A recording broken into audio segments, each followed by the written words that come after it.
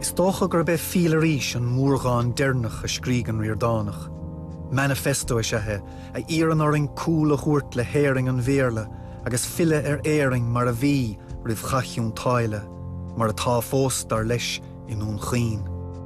Fág gleann alt hir, is a bhfuil dí seár díarna til, dún tínting hála ó buile chachiún táile.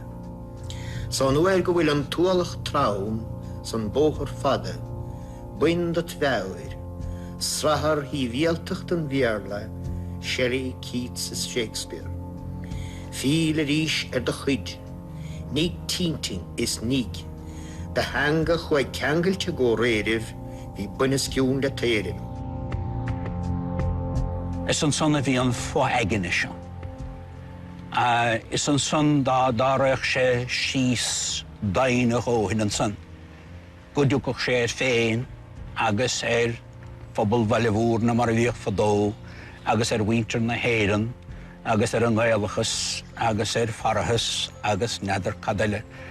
Bhí idealú diantaige hún chin. Ní in nún chin a bhí a éatach a ionting héna sa chlá ceart a bheith, treis an tail. Agus is dólam héin nach féidir le áit be in éireann an aisling san umpar de éine, agus ní áit tíorálaíochta í tír na gailge, ní smó, agus bhíháinnig an amsan níor bheith.